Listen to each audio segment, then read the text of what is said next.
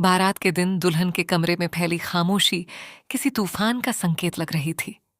कवनैन अपने सुर्ख लाल शादी के जोड़े में सिर झुकाए रो रही थी।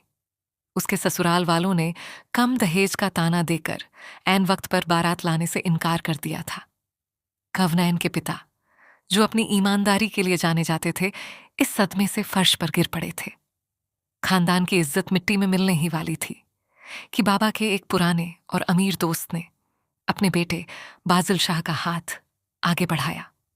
बाजिल शाह, जो उम्र में कवनैन से काफी बड़ा, सख्त मिजाज, जिद्दी और अपने फैसले खुद करने वाला बिजनेसमैन था। उसने सिर्फ अपने बाप की जुबान रखने के लिए यह निकाह शादी कबूल किया था, लेकिन उसके दिल में कवनैन के लिए सिर्फ नफरत और गुस्सा था, क्योंकि उसने सुना था कि कवनैन किसी और को पसंद करती है। निकाह की रस्में जल्दी में पूरी की गईं और कोई धूमधाम नहीं हुई। कवनैन को विदा करके बाजिल शाह के आलीशान महल जैसे घर लाया गया, जहां खुशी का दूर दूर तक कोई नामो निशान नहीं था। कवनैन कमरे के बड़े से बेड पर बैठी कांप रही थी। घूंघट के अंदर से उसे अपने आंसू धुंधले दिखाई दे रहे थे। अचानक कमरे का दरवाजा एक झटके से खुला और बाजिल शाह अंदर दाखिल हुआ। उसके चेहरे पर पारंपरिक दूल्हे वाली कोई नरमी नहीं थी, बल्कि उसकी आंखों में एक खूंखार गुस्सा था। उसने शेरवानी का बटन खोलते हुए कवनैन की तरफ देखा और सिगरेट सुलगा ली। धुआं हवा में उड़ाते हुए वह बेड के करीब आया और कवनैन का घूंघट एक झटके से उलट दिया। क्यों इतना चीख रही हो? बाजिल ने अपनी भारी और सर्द आवाज में दहाड़ते हुए कहा, जिससे कवनैन का पूरा वजूद कांप उठा। तुम्हारा वह आशिक तो बारात लेकर नहीं आया। शुक्र करो मैंने तुम्हारे बाप की इज्जत बचा ली, वरना आज तुम और तुम्हारा खानदान कहीं मुंह दिखाने के काबिल नहीं रहते। कवनैन ने डर से अपनी आंखें बंद कर लीं। उसके होंठ कांप रहे थे। मैंने कुछ नहीं किया, उसने फुसफुसाते हुए जवाब दिया। उसकी इंग्लिश कमजोर थी और वह बाजिल के सामने खुद को बहुत छोटा महसूस कर रही थी। मुझसे जुबान मत लड़ाओ। बाजिल ने गुस्से से उसका बाजू जकड़ा और उसे अपनी तरफ खींचा। बाजिल की गहरी नजरें उसकी भारी धड़कनों पर थीं, जो शादी के जोड़े के अंदर तेजी से चल रही थीं। बाजिल की इस दीवानी और जबरन नजदीकी से वह मासूम लड़की बहुत तकलीफ में थी। अब ये ब्लाउज उतारकर मेरे सामने बैठो। बाजिल ने उसके कान के पास झुककर बेहद बेबाक और सर्द लहजे में हुक्म दिया, जिससे कवनैन के तन बदन में आग लग गई। मुझे देखना है कि इस 2 साल की मंगनी के दौरान तुम्हारे उस मंगेतर ने तुम्हें कहां कहां छुआ है। तुम्हारा फिगर इतना भरा हुआ है, यकीनन उसी की वजह से है ना? तभी लाल रंग की फरमाइश की थी तुमने। कवनैन की आंखों से आंसुओं का सैलाब बह निकला। वह उसके इस घटिया इल्जाम पर तड़प उठी। खुदा के लिए ऐसा मत कहें, वह सिर्फ मेरी मंगनी थी, हमारा कोई ऐसा रिश्ता नहीं था। चुप रहो, अपना ये ड्रामा बंद करो। बाजिल ने उसे बेड पर पीछे धकेल दिया। तुम्हारा ये मासूम चेहरा मेरे सामने नहीं चलेगा। तुम आज से मेरी कैद में हो और तुम्हारी सजा यही है कि तुम हर पल मेरी नफरत का सामना करोगी। रात भर कवनैन बेड के एक कोने में सिसकती रही, जबकि बाजिल सोफे पर सिगरेट पीता रहा और उस पर नजरें जमाए रहा। सुबह होते ही कमरे के बाहर दस्तक हुई। बाजिल ने दरवाजा खोला तो सामने उसके पिता, दाजी, खड़े थे। दाजी के चेहरे पर सुकून था। वह कवनैन को देखकर मुस्कुराए। कवनैन बेटी, कैसी हो? दाजी ने उसके सर पर हाथ रखा। कवनैन को दाजी के आने पर थोड़ा हौसला मिला। ये सब देखकर बाजिल का गुस्सा और बढ़ गया। वह सारा इल्जाम हाशिम के सर लगा बैठी। हाशिम कवनैन का वही पूर्व मंगेतर था जिसने बारात लाने से इनकार किया था, और कवनैन को शक था कि हाशिम ने ही बाजिल के कान भरे हैं। बेटा, तुम दोनों एक दूसरे के निकाह में हो, इसमें कोई बड़ी बात नहीं, दाजी ने दोनों को देखते हुए आराम से कहा। लेकिन दाजी को हकीकत का अंदाजा नहीं था कि बाजिल के दिल में क्या तूफान चल रहा है। जैसे ही दाजी कमरे से बाहर निकले, बाजिल ने दोनों के सरों पर बम फोड़ा। उसने दरवाजा अंदर से लॉक कर दिया और कवनैन की तरफ मुड़ा। अगर ऐसी बात है दाजी की, तो मुझे आज ही रुखसती चाहिए, बाजिल ने खूंखार अंदाज में कहा। कवनैन ने जैसे ही बाजिल के इरादे देखे, वह बाथरूम की तरफ भागी, लेकिन बाजिल ने उसका रास्ता रोक लिया। उसने कवनैन को कंधे से पकड़कर दीवार के साथ लगा दिया। तुम मुझसे भाग नहीं सकती, तुम मेरी पत्नी हो और मैं जो चाहूं तुम्हारे साथ कर सकता हूं। बाजिल की सांसें कवनैन के चेहरे को झुलसा रही थीं। कवनैन ने गुस्से और बेबसी में बाजिल को पीछे धकेलने की कोशिश की और कुछ ऐसा कह दिया जिससे बाजिल का आपा खो गया। बाजिल ने गुस्से से अपने दांत पीसते हुए कवनैन के पेट में घूंसा मार दिया, जिससे कवनैन की सांस रुक गई और वह दर्द से तड़पती हुई फर्श पर गिर पड़ी। जैसे ही कवनैन फर्श पर गिरी, उसका चेहरा दर्द की शिद्दत से सफेद पड़ गया। उसके मुंह से एक धीमी सी सिसकी निकली और वह अपने पेट को दोनों हाथों से जकड़कर वहीं शांत हो गई। बाजिल, जो गुस्से के अंधे जुनून में यह कदम उठा बैठा था, उसके हाथ अब भी हवा में अटके हुए थे। कवनैन को इस तरह बेसुध तड़पते देखकर उसके अंदर का गुस्सा जैसे बर्फ की तरह पिघल गया और उसकी जगह एक अनजाने खौफ ने ले ली। कवनैन! बाजिल की आवाज में अब वह पहले वाली दहाड़ नहीं थी, बल्कि एक कपकपाहट थी। वह तुरंत फर्श पर उसके पास बैठा और उसके कंधे को हिलाया, लेकिन कवनैन ने कोई जवाब नहीं दिया। उसकी आंखें बंद हो चुकी थीं और माथे पर ठंडे पसीने की बूंदें उभर रही थीं। बाजिल ने जल्दी से उसे अपनी बाहों में उठाया और बेड पर लिटाया। उसका दिल अब तेजी से धड़क रहा था। मैंने इतनी जोर से तो नहीं मारा था, उसने खुद को तसल्ली देने की कोशिश की, लेकिन कवनैन की हालत बता रही थी कि सदमा और दर्द उसकी बर्दाश्त से बाहर था। बाजिल ने तुरंत साइड टेबल से पानी का गिलास उठाया और उसके चेहरे पर छींटे मारे, लेकिन कवनैन के शरीर में कोई हरकत नहीं हुई। हार मानकर उसने अपने फैमिली डॉक्टर को फोन मिलाया। डॉक्टर, जल्दी मेरे घर आएं, इट्स एन इमरजेंसी, आपातकाल है, मेरी वाइफ की तबीयत बहुत खराब है।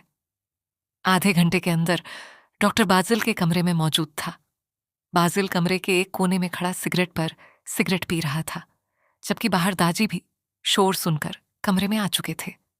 डॉक्टर ने कवनैन की जांच की और उसका ब्लड प्रेशर चेक करने के बाद एक गहरी सांस ली। बाजिल शाह, यह लड़की गंभीर सदमे और शारीरिक हिंसा का शिकार हुई है। इसका ब्लड प्रेशर खतरनाक हद तक गिरा हुआ है और इसके पेट पर अंदरूनी चोट के निशान हैं। अगर इसे तुरंत सुकून और सही इलाज न मिला तो इसकी जान को खतरा हो सकता है, डॉक्टर ने सख्त लहजे में कहा। दाजी ने जैसे ही यह सुना, उन्होंने गुस्से से बाजिल की तरफ देखा। उनकी आंखों में अपने बेटे के लिए गंभीर नाराजगी थी। बाजिल, यह क्या बदतमीजी है? मैंने इस मासूम का हाथ तुम्हारे हाथ में इसलिए दिया था कि तुम इसकी हिफाजत करो, न कि अपनी हैवानियत का निशाना बनाओ। बाजिल ने अपनी नजरें झुका लीं। उसके पास अपने बचाव में कहने के लिए कोई शब्द नहीं था। वह बस खामोशी से कवनैन के मासूम और पीले चेहरे को देख रहा था, जिस पर अब भी दर्द के निशान साफ थे। दाजी ने डॉक्टर को विदा किया और बाजिल के पास आकर खड़े हो गए। याद रखना बाजिल शाह, अगर इस लड़की को कुछ भी हुआ तो तुम मुझ जैसे बाप से अपना रिश्ता खत्म समझना। आज के बाद तुम इसके साथ कोई जबरदस्ती नहीं करोगे। दाजी ये कहकर कमरे से बाहर निकल गए और दरवाजा बंद कर दिया। रात के 12 बज चुके थे। कमरे में मुकम्मल खामोशी थी। सिर्फ ड्रिप की बूंदों के गिरने की हल्की सी आवाज आ रही थी, जो डॉक्टर कवनैन को लगा कर गया था। कवनैन को हल्का सा होश आ चुका था, लेकिन वह इतनी कमजोर थी कि अपनी जगह से हिल भी नहीं पा रही थी। उसने धीरे से अपनी आंखें खोलीं तो देखा कि बाजिल बेड के किनारे सिर झुकाए बैठा था। कवनैन ने डर से अपने कदम पीछे खींचने की कोशिश की, जिससे ड्रिप की सुई हिल गई और उसके मुंह से आह निकली। बाजिल ने तुरंत उसका हाथ थामा। इस बार उसके हाथों का स्पर्श गर्म और नरम था। उसमें वह पहले वाली खूंखार सख्ती नहीं थी। हिलो मत, सुई निकल जाएगी, बाजिल ने धीमी और गहरी आवाज में कहा। मुझे मेरे बाबा के पास जाने दे, प्लीज। कवनैन की आंखों से दोबारा आंसू बहने लगे। आप जो सोच रहे हैं वह सच नहीं है। हाशिम ने आपसे झूठ बोला।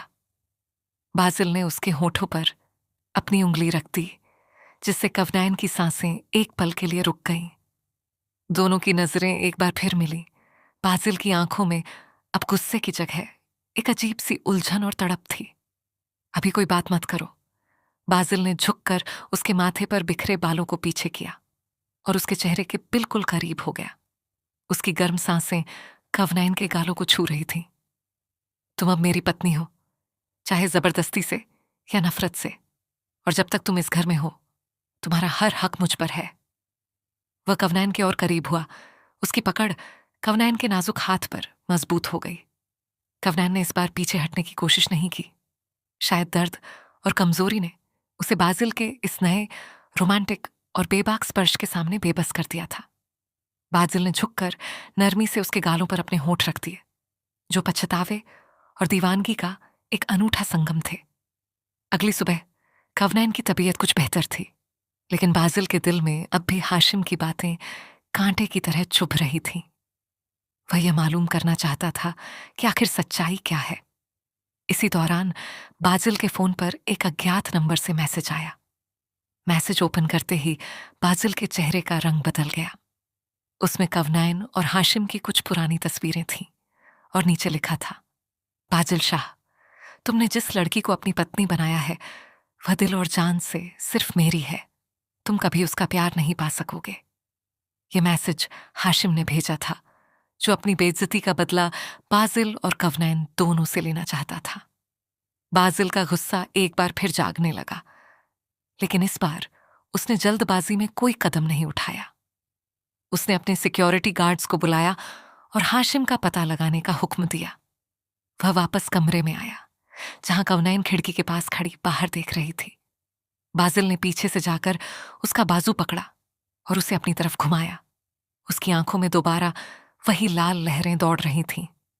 कवनाइन, अगर मुझे पता चला कि तुम अब भी उस हाशिम के संपर्क में हो तो मैं तुम्हें और उसे दोनों को जिंदा दफन कर दूंगा। बाजिल ने उसके चेहरे को अपने हाथों में जकड़ते हुए चबा चबा कर कहा। कवनाइन ने डर और हैरानी से उसे देखा। मैंने आपसे कहा ना कि मेरा उससे अब कोई ताल्लुक नहीं है। ये तो वक्त ही बताएगा, बाजिल ने कहा और उसे झटके से बेड पर गिरा दिया और खुद कमरे से बाहर निकल गया। दरवाजा एक बार फिर लॉक हो चुका था और कहानी एक नए खतरे की तरफ बढ़ रही थी। कमरे में अंधेरा छाया हुआ था और कवनाइन बेड पर बैठी डर से कांप रही थी।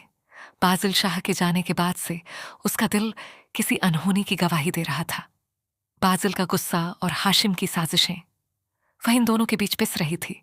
दूसरी तरफ बाजिल शाह अपनी गाड़ी में बैठा शहर की सड़कों पर तूफानी रफ्तार से जा रहा था। उसकी एक जेब में वह फोन था जिस पर हाशिम के मैसेजेस आ रहे थे और दूसरी जेब में उसकी काली गन। बाजिल का दिमाग काम करना छोड़ चुका था। वह एक ऐसा मर्द था जो अपनी चीज पर किसी दूसरे का साया भी बर्दाश्त नहीं करता था, और कवनाइन अब उसके निगाह में थी, उसकी पत्नी थी। अचानक बाजिल के फोन पर एक कॉल आई। ये वही अज्ञात नंबर था। बाजिल ने स्पीकर ऑन किया। हाँ बाजिल शाह, देख रहे हो अपनी मासूम पत्नी का अतीत? हाशिम की मजाक उड़ाती आवाज गूंजी। तुम जितना चाहो उसे कमरे में बंद कर लो, लेकिन वह दिल से हमेशा मेरी रहेगी। अगर हिम्मत है तो शहर के पुराने गोदाम में आओ। मैं तुम्हें दिखाता हूं कि कवनाइन ने मेरे साथ क्या क्या यादें बनाई हैं इन लंबे 2 सालों में। हाशिम, तुमने अपनी मौत को खुद दावत दी है। बाजिल ने दांत पीसते हुए स्टीयरिंग पर हाथ मारा और गाड़ी का रुख पुराने गोदाम की तरफ मोड़ दिया। जब तक बाजिल गोदाम पहुंचता, यहां महल में एक और तूफान आ चुका था। बाजिल के जाते ही हाशिम के कुछ आदमी दाजी के सिक्योरिटी गार्ड्स को धोखा देकर पिछले रास्ते से घर में दाखिल हो गए। कवनाइन कमरे में अकेली थी जब अचानक उसके कमरे का लॉक टूटा। इससे पहले कि वह चीख पाती, एक गुंडे ने उसके मुंह पर क्लोरोफॉर्म से भीगा हुआ रुमाल रख दिया। कवनाइन ने तड़पने की कोशिश की, लेकिन कुछ ही सेकंड्स में उसका शरीर बिल्कुल सुस्त पड़ गया और वह बेहोश हो गई। जब बाजिल गोदाम पहुंचा तो वहां कोई नहीं था। गोदाम खाली था और दीवार पर लाल रंग से लिखा था, तुम देर कर गए शाहजी, तुम्हारी अमानत मेरे पास पहुंच चुकी है। बाजिल का खून खौल उठा। उसने तुरंत घर फोन किया, जहां दाजी की परेशान आवाज सुनाई दी। बाजिल, बेटा कहाँ हो तुम? कोई कवनाइन को घर से उठाकर ले गया है, गार्ड्स बेहोश पड़े हैं। दाजी, आप फिक्र मत करें, मैं उस हाशिम के टुकड़े कर दूंगा। बाजिल ने फोन काटा और अपने खास आदमियों को लोकेशन ट्रेस करने का हुक्म दिया। उसकी आंखों में अब प्यार और बदले का एक ऐसा जुनून था जो सब कुछ जला देने के लिए काफी था। एक सुनसान फ्लैट के कमरे में कवनैन को होश आया तो उसके हाथ कुर्सी से बंधे हुए थे। सामने हाशिम खड़ा मुस्कुरा रहा था। हाशिम, ये क्या बदतमीजी है? मुझे जाने दो, मैं अब बाजिल शाह की पत्नी हूं। कवनैन ने रोते हुए अपने हाथ छुड़ाने की कोशिश की। पत्नी? उस दरिंदे की जिसने पहले ही दिन तुम्हारे पेट पर घूंसा मारा? हाशिम हंसा और उसके करीब आया। उसने कवनैन के गाल को छूने की कोशिश की। मैं तुम्हें उससे बेहतर रख सकता हूं कवनैन। अब बाजिल शाह तुम्हें कभी कबूल नहीं करेगा। जब उसे लगेगा कि तुम मेरे साथ इस रात। अपनी गंदी जुबान बंद करो। अचानक पीछे से एक गरजती हुई आवाज आई और कमरे का दरवाजा चकनाचूर होकर गिरा। बाजिल शाह वहां खड़ा था। उसकी आंखें खून की तरह लाल थीं। हाशिम ने घबराकर अपनी गन उठाने की कोशिश की, लेकिन बाजिल चीते की तरह उस पर झपटा। बाजिल ने एक जोरदार मुक्का हाशिम के मुंह पर मारा, जिससे हाशिम दूर जा गिरा और उसके मुंह से खून निकलने लगा। बाजिल ने उसे गरेबान से उठाया और दीवार के साथ पटक दिया। तुमने मेरी पत्नी पर नजर डालने की जुर्रत कैसे की? बाजिल ने हाशिम को बेरहमी से पीटना शुरू कर दिया। कवनैन कुर्सी पर बंधी यह सब देखकर चीख रही थी। बाजिल, बस करें, वो मर जाएगा, प्लीज बस करें। जब हाशिम अधमरा हो गया तो बाजिल ने उसकी गन उठाई और उसके माथे पर रख दी। शाहजी, मुझे माफ कर दो। हाशिम ने कांपते हुए मिन्नत की। बाजिल ने सर्द लहजे में कहा, मैं तुम्हें इतनी आसान मौत नहीं दूंगा। तुम पूरी जिंदगी जेल की अंधेरी कोठरी में सड़ोगे। बाजिल के इशारे पर उसके गार्ड्स हाशिम को घसीटते हुए बाहर ले गए। कमरे में अब सिर्फ बाजिल और कवनैन थे। बाजिल के अपने हाथों पर भी हाशिम को मारने की वजह से चोटें आ चुकी थीं और खून बह रहा था। वह धीरे धीरे कवनैन की तरफ बढ़ा। कवनैन डर के मारे आंखें बंद करके रो रही थी। उसे लगा बाजिल अब उस पर गुस्सा करेगा, लेकिन बाजिल ने झुककर नरमी से उसके हाथों की रस्सियां खोली। जैसे ही हाथ आजाद हुए, कवनैन ने बेबस होकर खुद को बाजिल के मजबूत सीने में छुपा लिया और फूट फूट कर रो पड़ी।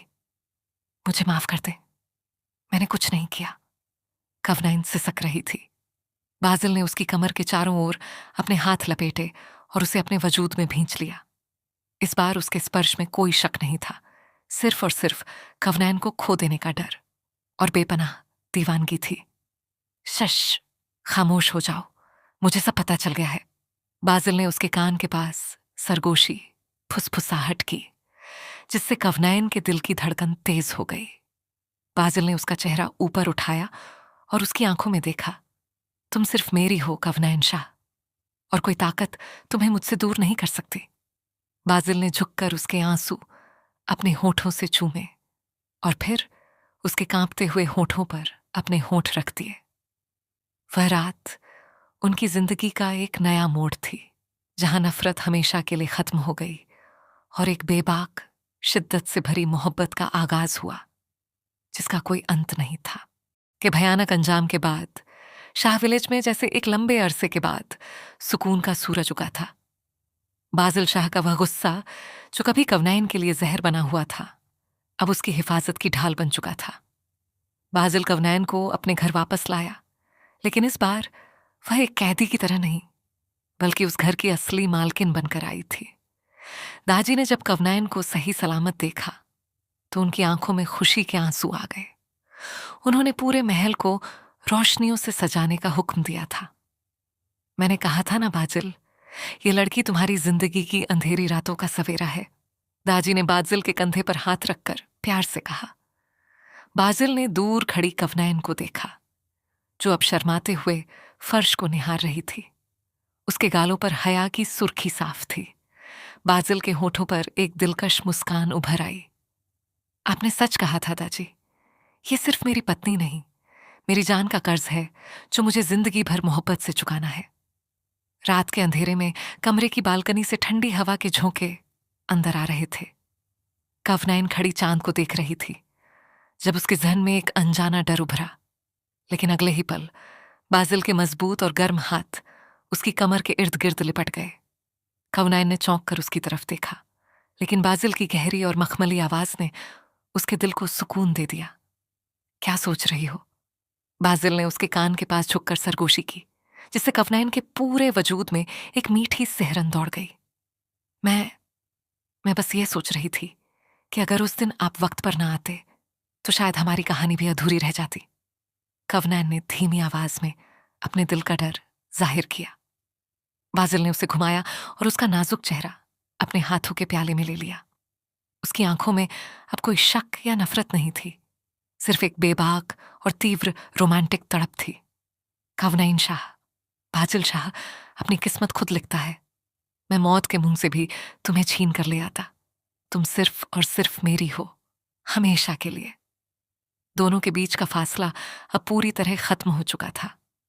कमरे की मध्यम पीली रोशनी उनके भावुक चेहरों पर पड़ रही थी। बाजिल ने झुककर नरमी से कवनैन के होठों पर अपने होठ रख दिए। वह स्पर्श इतना गहरा और शिद्दत से भरपूर था कि कवनैन ने खुद ब खुद अपनी आंखें बंद कर लीं और उसके कंधों पर अपनी पकड़ मजबूत कर ली। उस रात उन्होंने अपनी मोहब्बत की तमाम हदों को छू लिया, जहां सिर्फ उनकी सांसों की तपिश और दिलों की तेज धड़कनें मौजूद थीं। कुछ महीने इसी तरह मोहब्बत के जादू में गुजर गए। एक सुबह कवनैन की तबीयत अचानक खराब हुई। वह बार बार बाथरूम की तरफ भाग रही थी और उसे चक्कर आ रहे थे। बाजिल काम छोड़कर तुरंत उसके पास पहुंचा। कवनैन, क्या हुआ है तुम्हें? बाजिल ने परेशानी से उसका हाथ थामा। डॉक्टर को बुलाया गया और जांच के बाद जब डॉक्टर कमरे से बाहर आई तो उसके चेहरे पर एक बड़ी सी मुस्कान थी। मुबारक हो बाजिल शाह, आप पिता बनने वाले हैं। कवनैन बेटी प्रेग्नेंट है। यह सुनते ही बाजिल का रोम रोम जैसे खुशी से झूम उठा। वह तुरंत कमरे के अंदर भागा, जहां कवनैन बेड पर लेटी शर्मा रही थी। बाजिल ने आगे बढ़कर उसे अपने सीने से लगा लिया और उसके पूरे चेहरे पर प्यार के अनगिनत चुंबन अंकित कर दिए। थैंक यू कवनैन, तुमने मुझे दुनिया का सबसे खुशनसीब इंसान बना दिया। वक्त पंख लगाकर गुजरा और महल के आंगन में एक नन्हे शहजादे के रूप में रौनक आ गई। दाजी अपने पोते को गोद में लिए पूरे घर में मिठाइयां बांट रहे थे और कवनैन के पिता भी अपनी बेटी की यह खुशहाल जिंदगी देखकर बेहद परसुकून थे। शाम के वक्त बाजिल और कवनैन बालकनी में खड़े थे और बाजिल ने नन्हे बच्चे को अपनी गोद में उठाया हुआ था। कवनैन ने अपना सिर बाजिल के मजबूत कंधे पर टिका दिया। बाहर का मौसम अब भी रोमांटिक था, लेकिन इस बार उनकी जिंदगी में कोई सस्पेंस या खौफ नहीं था, सिर्फ एक सच्ची, गहरी और मुकम्मल मोहब्बत का एहसास था। कर्ज ए जां की यह दास्तान, जो जबरदस्ती और नफरत से शुरू हुई थी, अब मोहब्बत, दीवानगी और एक खूबसूरत परिवार के रूप में हमेशा के लिए अमर हो चुकी थी।